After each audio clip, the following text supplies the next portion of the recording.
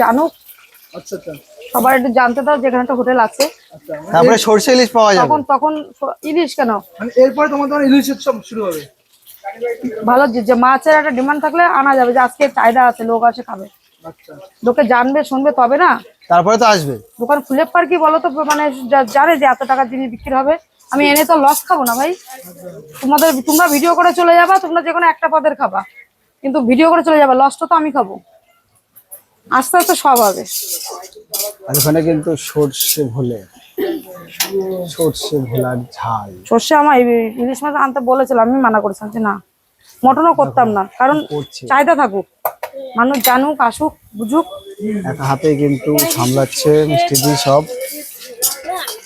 এখানে কিন্তু মটনের যে আলু ভাজা হয়ে গেল প্রায়, দেখো তুলে নেওয়া হলো।